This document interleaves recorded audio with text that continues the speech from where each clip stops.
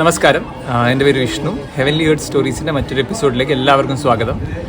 നിങ്ങളുടെ കമൻറ്റുകളൊക്കെ ഞാൻ കണ്ടിരുന്നു. കുറച്ചായിട്ട് നമ്മൾ വീഡിയോകളൊന്നും ചെയ്യാറില്ലായിരുന്നു, കാരണം കുറച്ച് തിരക്കിലായിരുന്നു, അതുകൊണ്ടായിരുന്നു ചെയ്യാറുണ്ട്.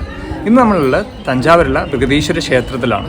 ഇത് ഇന്ത്യയിലെ തന്നെ ഏറ്റവും വലിയൊരു ക്ഷേത്രങ്ങളിലൊന്നാണ്. അതുപോലെ തന്നെ യുനെസ്കോയുടെ ഒരു സൈറ്റ് കൂടിയാണിത്.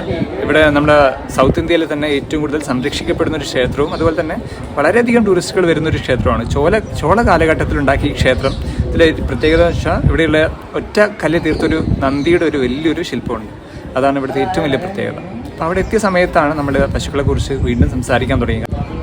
ഇവിടുത്തെ നന്ദിയെ കണ്ടപ്പോഴാണ് നമ്മൾ പശുക്കളെ കുറിച്ച് വീണ്ടും ചിന്തിക്കാൻ തുടങ്ങിയത്. കാരണം കുറച്ചായിട്ട് നമ്മൾ കുറച്ച് യാത്രകളോട് ചെയ്യുമായിരുന്നു. ആ സമയത്താണ് നമ്മൾ മനസ്സിലാക്കിയത് പല ക്ഷേത്രങ്ങളിലും അതുപോലെ തന്നെ പല ഗോശാലകളിലും ഒക്കെ എപ്പോഴും ഉള്ളത് ഹൈബ്രിഡ് ആയിട്ടുള്ള ക്രോസ് ബ്രീഡ് ചെയ്ത പശുക്കളാണ്.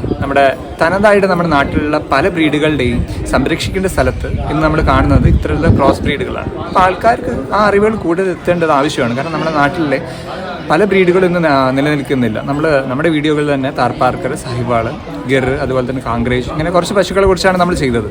അപ്പോൾ തന്നെ ആൾക്കാർക്ക് വളരെയധികം താല്പര്യമായിരുന്നു ഈ വീഡിയോ കേൾക്കാൻ വേണ്ടിയിട്ട്. കാരണം പശുക്കളെക്കുറിച്ച് കൂടുതൽ ആൾക്കും അറിയുന്നില്ല. നമ്മുടെ ഇൻ്റർനെറ്റിലാണെങ്കിൽ തന്നെ നമുക്ക് കൂടുതൽ വിവരങ്ങളൊന്നും കിട്ടുന്നുമില്ല.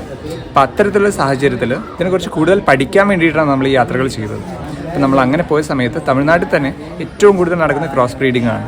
നമ്മുടെ അമ്പലങ്ങളിൽ തന്നെ ഇത്തരത്തിലുള്ള കാഴ്ചകൾ ഞാൻ കണ്ട സമയത്ത് വളരെയധികം ഷോക്കായിപ്പോയി.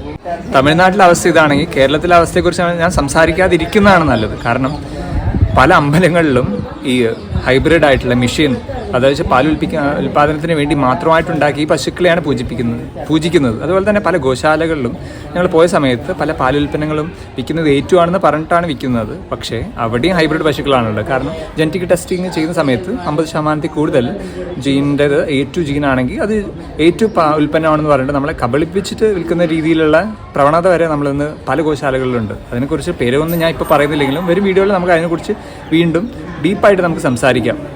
കാരണം ഇത് നമ്മുടെ ഇന്ന് കേരളത്തിൽ മാത്രമല്ല, ഓൾ ഇന്ത്യ ലെവലിൽ നമുക്ക് പശുവിനെ സംരക്ഷിക്കാൻ എന്ന പേരിൽ ഇത്തരത്തിലുള്ള പല പ്രവർത്തനങ്ങളും കള്ളവും നടന്നുകൊണ്ടിരിക്കുന്നത്. പല ഉൽപ്പന്നങ്ങളുടെ ആയാലും ബ്രീഡിങ്ങിൻ്റെ രീതിയിലായാലും പല സ്ഥലങ്ങളിൽ നമ്മൾ പോയ സമയത്ത് അമേരിക്കയിൽ നിന്നും അതുപോലെ ബ്രസീലിൽ നിന്നും ജനറ്റിക്കലി മോഡിഫൈഡ് ആയ ബുള്ളിൻ്റെ ഗീറിൻ്റെയും പല നമ്മുടെ സഹിവാളിലേക്ക് കൊണ്ടുവന്ന് കുത്തിവെച്ച് നാടനാണെന്ന് പറഞ്ഞ് നമ്മളെ വിൽക്കുന്ന രീതിയിലാണുള്ള പ്രവണത നമ്മൾ കാണുന്നത്. ഇത്തരത്തിലുള്ള പ്രവർത്തികൾ നമ്മുടെ നാട്ടിലെ പാലുൽപാദനം മാത്രമല്ല, അതിൻ്റെ പല രീതിയിലുള്ള രോഗങ്ങൾ വരാനും അതുപോലെ തന്നെ ഈ ബ്രീഡ് നശിക്കാൻ വരെ കാരണമാവുന്നുള്ള ഒരു ലോങ് ടേം തിങ്കിങ് ഇല്ലാത്തതിലുള്ള ഒരു പ്രവൃത്തി നമ്മളിന്ന് വളരെയധികം കൂടുതലായി കാണുന്നുണ്ട്. അപ്പോൾ നമ്മൾ ഇത്തരത്തിലുള്ള ഒരു കാര്യങ്ങൾ നിങ്ങളിലേക്ക് എത്തിക്കാൻ വേണ്ടിയിട്ടാണ് നമ്മൾ ഈ വീഡിയോ ചെയ്തത്. അപ്പോൾ അടുത്ത വീഡിയോയിൽ നമ്മൾ ഇൻഡെപ്ത് ആയിട്ട് പല കാര്യങ്ങളും നമ്മൾ സംസാരിക്കുന്നുണ്ട്. അപ്പോൾ നിങ്ങൾ അതിന് വേണ്ടിയിട്ട് എന്തായാലും വെയിറ്റ് ചെയ്യണം. ഈ വീഡിയോ നിങ്ങൾ വാച്ച് ചെയ്യണം, ഷെയർ ചെയ്യണം, സബ്സ്ക്രൈബ് ചെയ്യണം, അതുപോലെ തന്നെ ലൈക്കും ചെയ്യണം. അപ്പോൾ എല്ലാവർക്കും നന്ദി.